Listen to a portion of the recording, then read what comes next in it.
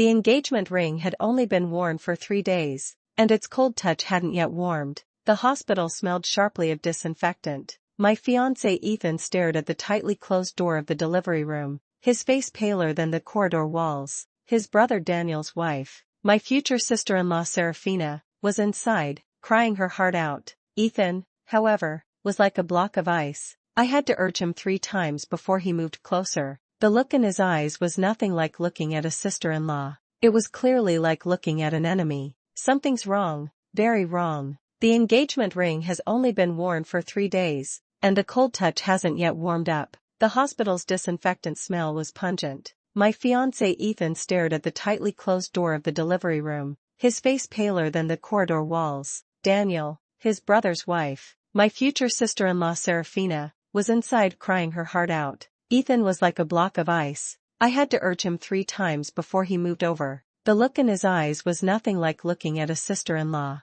It was clearly like looking at an enemy. Something was wrong, very wrong. Serafina's cries cut through everyone's nerves like a dull knife. I looked at Ethan's tense profile and couldn't help but ask, "Aren't you worried? After all, that's your brother's child." He tugged at the corner of his mouth, his voice cold and hard. "Worried about what? She brought it on herself." Those words were so harsh, unlike his usual gentle and refined demeanor, but I was sharp-eyed and caught sight of his hand stuffed in his pocket, clenched so tightly that the veins on the back of his hand were bulging. He was nervous, even possibly scared. A few hours later, the delivery room door opened. The nurse came out holding the swaddled baby and announced the good news: "Mother and child are safe. It's a boy." Daniel wept with joy, circling around the child. Ethan, however, bypassed the baby and unusually was the first to reach Serafina, who had just been brought out. He bent down, his voice hoarse, and blurted out, "Does it hurt?"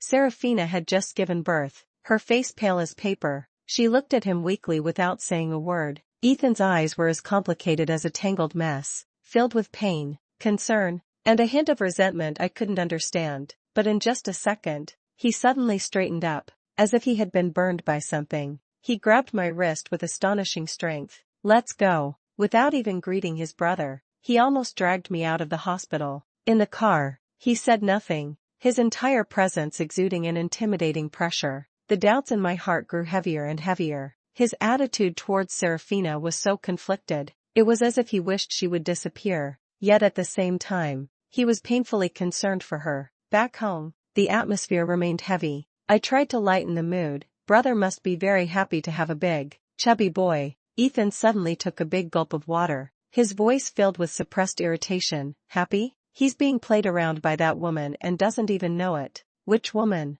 I asked knowingly. "Serafina." He almost gritted his teeth as he said the name. "She only sees in her eyes. Whoever can give her a better life, she follows them, by any means necessary." I frowned. "She's your sister-in-law. Isn't it inappropriate to say that?" "Sister-in-law?"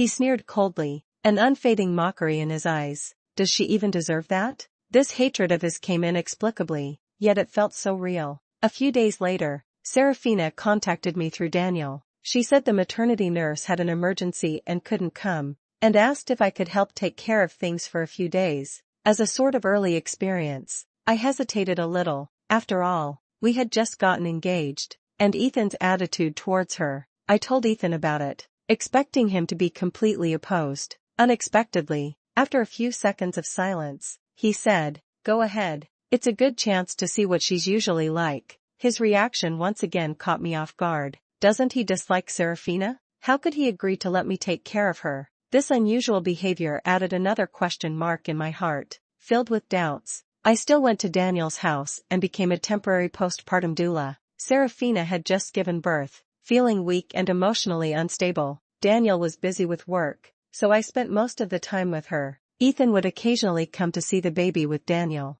Every time he came, he tried to avoid being alone with Serafina, his gaze always fixed on the child, but the more he deliberately avoided it, the more it seemed like he was trying to hide something. One night, I got up and passed by the study door. The door wasn't fully closed, and I saw Ethan sitting in front of the computer, the screen clearly showing a search page with the keywords, "What to do for engorged breasts, quick pain relief." I stood there stunned. Doesn't he dislike Serafina? Why would he secretly look this up? The next day, Daniel was on the phone with a worried look, asking precisely about the issue of milk engorgement. After hanging up, Daniel sighed. Ethan is really thoughtful. He even reminded me to ask about this. I looked at Ethan beside me, who was pretending to be indifferent while reading the documents, and my heart turned cold. He used his brother as a cover to hide his own concern. This so-called dislike was heavily exaggerated. The real breaking point came on an ordinary afternoon. I was in the kitchen making soup for Serafina, and she came out holding the baby to get some fresh air, but she lost her footing,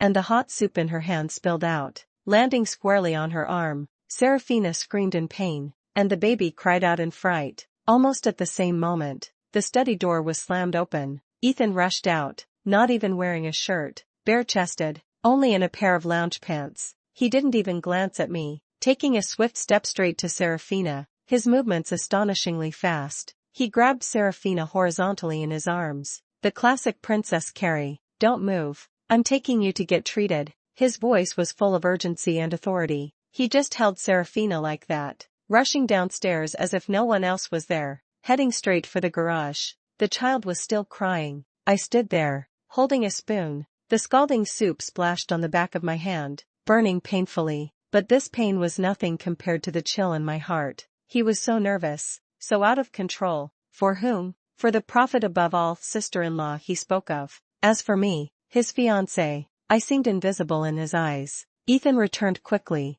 and Serafina's arm was given simple treatment. It wasn't a big problem. He finally remembered me, and seeing the redness and swelling on the back of my hand, he belatedly asked, "Did you get burned too?" I said nothing, just looked at him. His eyes flickered as he began to explain. The situation was urgent just now, and my brother wasn't home. He asked me to take good care of the mother and child. Besides, there's a difference between men and women. I couldn't just grab her arm, right? Carrying her was the fastest way. He even emphasized, I used a gentleman's touch, didn't touch anywhere I shouldn't. The reasons came one after another, so perfect it was as if they had been rehearsed in advance. I looked at him and suddenly found it all very laughable. "Is that so?" I said calmly. "Then rushing out without a shirt on was also because it was an emergency?" He choked slightly, a flash of panic crossing his face. "I was just in the study handling some documents. It got a bit hot." This excuse was pale and powerless. I was tired and didn't want to ask any more questions. The crack in my heart quietly widened at that moment. In the following days, Ethan was especially attentive to me, trying to make amends, but the thorn in my heart had already been lodged. Not long after, another incident occurred. That day, Serafina was nursing in the room, the door only ajar. Ethan went to find Daniel, and probably not seeing him, without a second thought, he pushed the door open and entered Serafina's bedroom. I happened to be passing by holding a glass of water and saw everything clearly. Serafina exclaimed in surprise and hurriedly pulled up her clothes. Ethan was also stunned, then awkwardly backed out. I stood in the corridor, feeling completely cold all over. Once could be called an accident, but twice. Where exactly are his boundaries with Serafina? I rushed up and confronted him. "Ethan, why didn't you knock before entering my sister-in-law's room?" He looked displeased and defended himself. "The door wasn't closed properly. I thought no one was inside. The company has been busy lately. I wasn't in the right state and didn't pay attention." Another excuse. Just as things were at a standstill, Daniel's call came through just in time. Ethan put it on speaker, and Daniel said on the other end, "Ethan, Serafina just told me you went in." "It's nothing, nothing at all." She was just startled. "She didn't close the door properly herself. Don't overthink it. We're all family." This coordination was flawless. I looked at Ethan's expression as he instantly relaxed, and felt a wave of nausea. The two brothers, singing in harmony, were playing me for a fool. Doubts and grievances piled up like a snowball rolling downhill. I began to suffer from insomnia and loss of appetite. Ethan saw it but only thought I was anxious because the wedding was approaching. The more considerate he was, the more ironic I felt. The real breakdown happened a few months later. Serafina was pregnant with her second child, and that day our two families went to the airport together to pick up Daniel from his business trip. In the parking lot, a runaway car suddenly charged towards us. In the blink of an eye, I watched Ethan and Daniel, two men, as if connected by telepathy, simultaneously pounce on Serafina standing in the middle. They flanked her on the left and right, shielding her in the center, and I, standing next to Serafina, just a step away from Ethan, was completely ignored by him. The car brushed past my arm as it sped by, the wind it kicked up stinging my cheek. The world seemed to stand still. I watched the two men fussing over the frightened Serafina, while Ethan nervously checked her for injuries. No one glanced at me. At that moment, all the grievances, doubts, and anger instantly broke through the breaking point. A metallic taste of blood surged up my throat. I rushed over, my voice trembling with excitement. "Ethan." He finally turned back to look at me, his face still marked with concern for Serafina. "Are you okay?" he asked, his tone indifferent. "I'm okay," I laughed angrily, but tears betrayed me and fell down. "In your eyes, do I deserve to be hit by a car and die?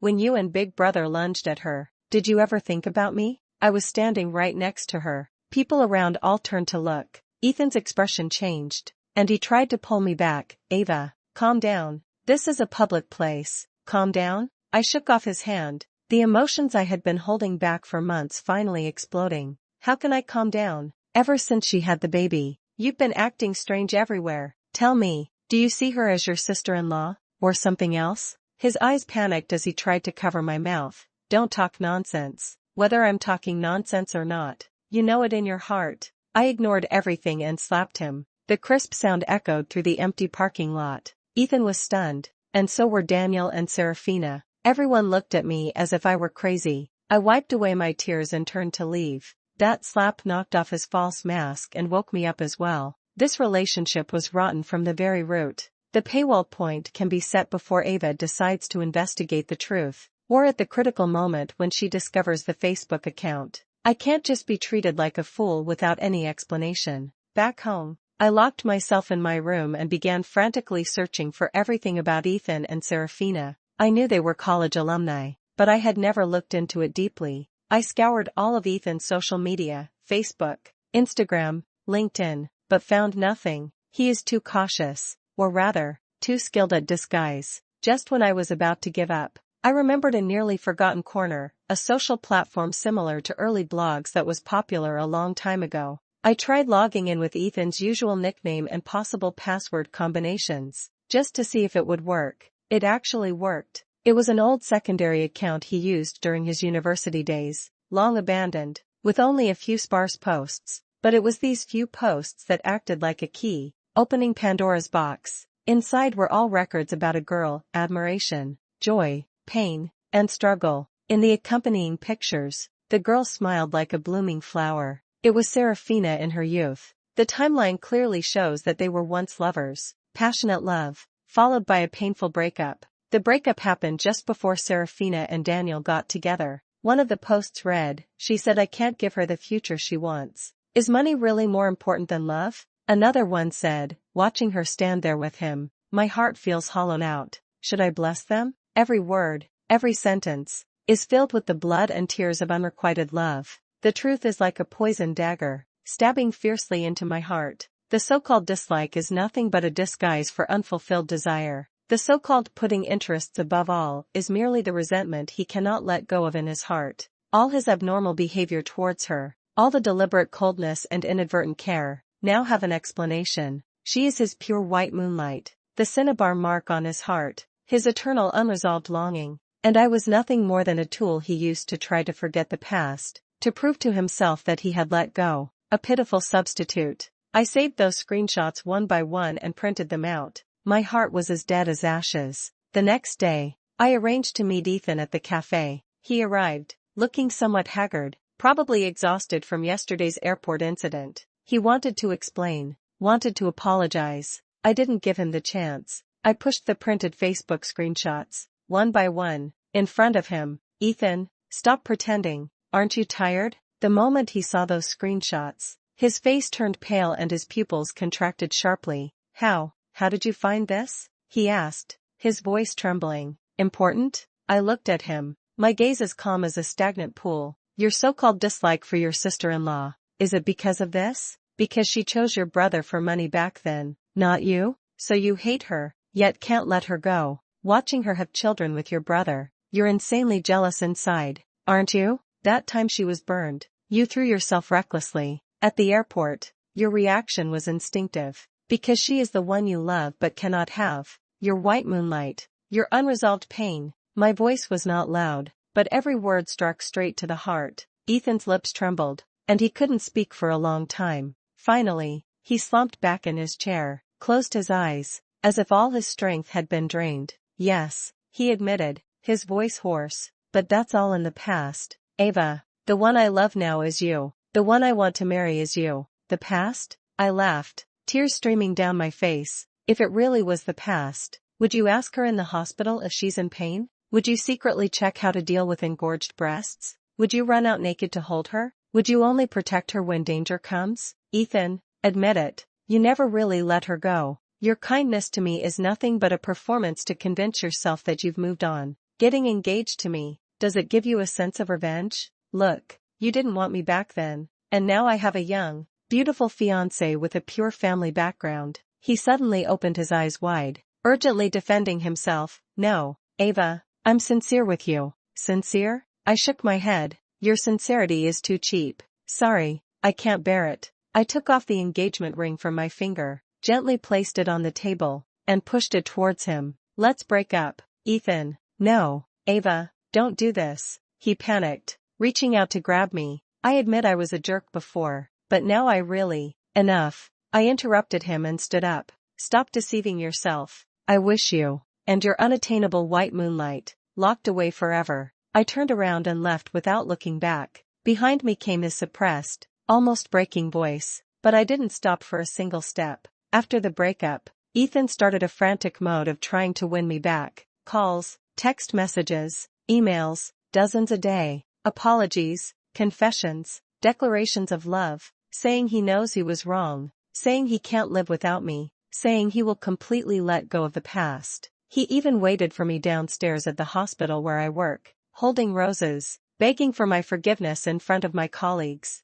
I refused him again and again, blocking all his contact information. The wound in my heart was still bleeding, but I was very clear, I could no longer have this person. He didn't love me, he was just unwilling to lose a tool that proved he had let go. Just when I thought life could slowly get back on track, an even bigger upheaval happened. It was Mrs. Davis, the old servant of the Daniel family, who secretly told me. She said that Daniel discovered the affair between Ethan and Serafina. It was not just a simple emotional grievance. It was a substantial betrayal. Just before Ethan returned from working overseas and before we got engaged, he and Serafina went to a hotel after a so-called old classmates reunion. Daniel somehow got hold of the evidence. A bolt from the blue. I just felt a storm raging in my stomach. It turned out that while I was happily preparing for the engagement, my fiancé was entangled in bed with his sister-in-law. How ironic. How disgusting. After Daniel learned the truth, he kept silent but divorced Serafina with thunderous measures. The child went to Daniel, and Serafina left with nothing. After Ethan found out, instead of feeling ashamed, he thought Daniel was being too ruthless and inconsiderate. He went to confront Daniel, defending Serafina and accusing Daniel of ruining her life. The two brothers completely broke off their relationship. Ethan even moved out of the house for Serafina and lived together with her. This matter quickly exploded within their circle, becoming a huge scandal. The younger brother stole the older brother's wife, and it happened right after she had given birth to their second child. The divorce was immediately followed by a seamless transition. Ethan's mother was so upset that she fell ill and was hospitalized. Sterling Corp is a family business, and as the eldest son, Daniel was naturally the heir. He directly used his power to completely push Ethan out of the company's core management team. Overnight, Ethan went from being the pride of the family to its disgrace, becoming the laughingstock of their circle. Ethan and Serafina seemed to have given up completely. They started trying to clear their names, spreading rumors and fabricating a disgusting story that Daniel forcibly took what wasn't his. Serafina endured humiliation for years out of love, and finally broke through obstacles to be with her true love, Ethan. They even implied that Daniel used underhanded means to force Serafina into a divorce. Public opinion wavered for a while. After all, when it comes to the secrets of wealthy families, there are always those who love a plot twist. They underestimated Daniel, and they underestimated me. I anonymously provided Daniel with screenshots of the old Facebook account of Ethan that I found back then, along with all the details I knew, including how Ethan spoke in front of me about Serafina being profit-driven, and how he persuaded me to become a postpartum doula to observe her. These all indirectly confirm that Ethan's true feelings towards Serafina were not as fabricated as they claimed. Daniel's counterattack was swift and fierce. He directly exposed Ethan's Facebook screenshots, undeniable evidence of their hotel stay, and even some ambiguous chat records, all made public. The truth was laid bare for all to see. Public opinion completely reversed. Ethan and Serafina became pariahs, hated and chased by everyone. Their true love story became the biggest joke of the year. Daniel did not stop there. He also launched precise attacks on Ethan in business. He deliberately leaked rumors to create the illusion that Sterling Corp was on the verge of bankruptcy due to a scandal disrupting its financial chain. At the same time, he privately contacted several investors, expressing willingness to buy the portion of the family company shares held by Ethan at a low price. Blinded by love and eager to prove that he could succeed after leaving the family, Ethan indeed fell for it. Thinking he had gotten a bargain, he sold his last chips at a low price, took the money to start a business, hoping to make a comeback. The outcome was predictable. His small amount of money was no match for the business trap designed by Daniel. The startup project quickly failed, resulting in a total loss, and the final straw that broke the camel's back came from his true love, Serafina. After Ethan completely lost his value and was deeply in debt, Serafina took the little money left in his account and ran off with a wealthy client Ethan had introduced her to when they started the business, disappeared without a trace. It truly confirmed Ethan's initial judgment of her, putting profit above all else, using any means necessary. You reap what you sow. All of this was told to me intermittently by Mrs. Davis. I listened, feeling no emotion inside, even a bit inclined to laugh. If I had known today, why bother with the past? After the breakup, my life actually got better and better. I changed hospitals, focused on my work, and my professional skills improved rapidly, soon becoming a key member of the department. In my free time, I work out, travel, and hang out with friends. My mindset is calm, and I radiate vitality. New suitors also appeared around me, one of whom was a doctor from my department, Dr. Alex Miller. He was gentle, considerate, and respectful towards me. We had common topics and got along very comfortably. Just when I thought Ethan had completely disappeared from my world, he showed up again. That day after work, as I stepped out of the hospital gate, I saw a figure both familiar and strange. It was Ethan. He stood in the corner, wearing cheap, wrinkled clothes, his hair greasy, beard unkempt, eyes sunken, his whole body gaunt and misshapen. He was a world apart from the confident young heir he once was. When he saw me, his eyes suddenly lit up, and he staggered over. Ava. I instinctively took a step back. He stopped in front of me, his eyes filled with regret, pain, and pleading. Ava, I know I was wrong. I really know I was wrong. His voice was hoarse, trembling with tears. It was me, the bastard. I was blind. I have wronged you. Serafina deceived me. Everyone has left me, and now I have nothing. Only you, Ava. Only you truly care about me. Please, give me one more chance, okay? He knelt down with a thud, right at the hospital entrance, amidst the coming and going of people. I love you, Ava. I only now realize that the one I love is you. I didn't know how to cherish you before. He began slapping himself hard, the sound sharp and loud. I deserve to die. I'm not even human. People around gathered, pointing and whispering. I looked at his mad, frenzied state, feeling no pity, only complete calm. Ethan, I said, my voice so calm it surprised even me. Stand up. Don't make a fool of yourself here. He lifted his swollen, red face and looked at me with hope. It's too late, I said. You're not without anything. You still have the consequences you planted yourself. Every choice you made back then has shaped the outcome you face today. This isn't retribution. It's what you deserve. As for me, I paused. I've already moved on. Between us, it's long over.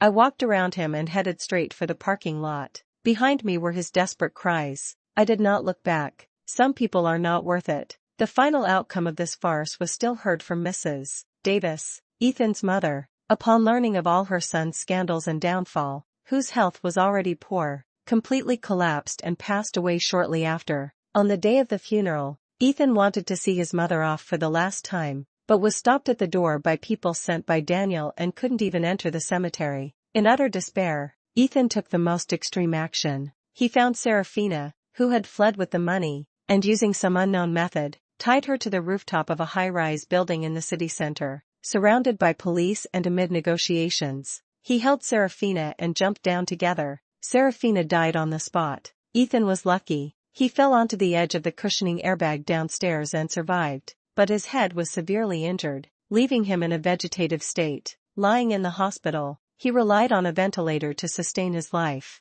Daniel paid all the medical expenses but never once visited him. To him, this younger brother was probably already dead. A few more years passed. My relationship with Alex was stable and had reached the stage of discussing marriage. He is a very good person, warm and reliable, giving me enough sense of security. The wedding date is set for next month. On the eve of the wedding, I went to the hospital alone, not the one where I work, but the one where Ethan was lying. Through the glass of the intensive care unit, I looked at the lifeless body lying on the hospital bed. His once handsome face was swollen and deformed from long-term bed rest, with only the faint rise and fall of his chest proving he was still alive. I stood for a long time, feeling very calm inside. No hatred, no love, only a sense of resignation to the unpredictability of fate. I took a piece of candy from my bag and placed it on the ledge outside the visitation window. "Ethan, I'm getting married," I whispered, as if bidding farewell to an old friend. "I hope you